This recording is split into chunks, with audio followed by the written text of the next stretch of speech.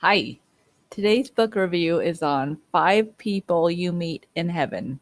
Can you see it? Yeah, you could see it. By Mitch Albom. And this one, unlike Tuesdays with Maury, is a fiction book. I mean, obviously, he didn't die, come back to life as a zombie, and write a book, even though that would be kind of cool. So the main character is Eddie, and he works as a maintenance guy in an amusement park called Ruby's Pier. And obviously, we know what happens to Eddie in the beginning. He dies. And it's kind of a heroic death.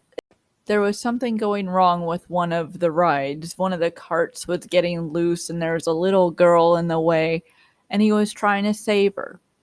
He didn't make it. So that's when you join him in heaven. And he meets five different people there. Some he knows, some he was really close to, and some he doesn't really know. And that's kind of the interesting part. That was the fun part of this book, is the people that he didn't know or know as well as he thought. Because it's kind of like a domino effect. What happened in that person's life ended up affecting Eddie's, and then he could end up affecting something else, and it's all because of what the one person did originally that affected Eddie's decision, and it goes in this big cycle, and you know what I mean, right? It kind of got me thinking of my own life because I work at a historical place. So if back then, if she didn't build it, I wouldn't have a job. Or I'd have a job, obviously, but it wouldn't be there. It wouldn't be somewhere as fun as I think my job is. I probably wouldn't know the people that I know now. I wouldn't be working with the people that I work with now if this particular place wasn't built over 100 years ago. Anyway, so these five people have a big impact on his life, one way or another. And they're waiting for him. They're waiting for him to tell him the story and why. And he even learns more about himself hearing these stories and things that he may have had to let go, may have made him angry, and he was holding all on to this his whole life. Things like that to be able to kind of truly enjoy heaven.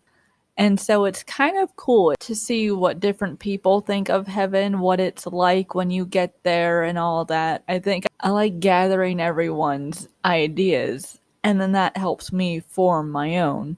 If everyone thinks it's all harps and clouds and all that, and think, yeah, I like what they think.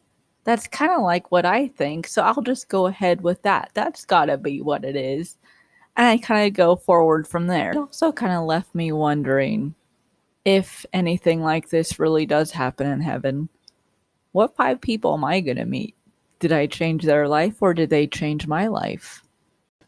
Did I change their life for the better or for the worst? So it kind of makes you think. I'm glad I read it. So if this sounds like the kind of book that you would enjoy, I think you would, because it's well written. You feel like you know Eddie. You feel like you've gone through all this stuff with him as he's learning all these things. So it's kind of interesting. It's one of those books where when I closed it, it felt like I knew him. And that's always a sign for me that it's a good book. All right. See you next time. Bye.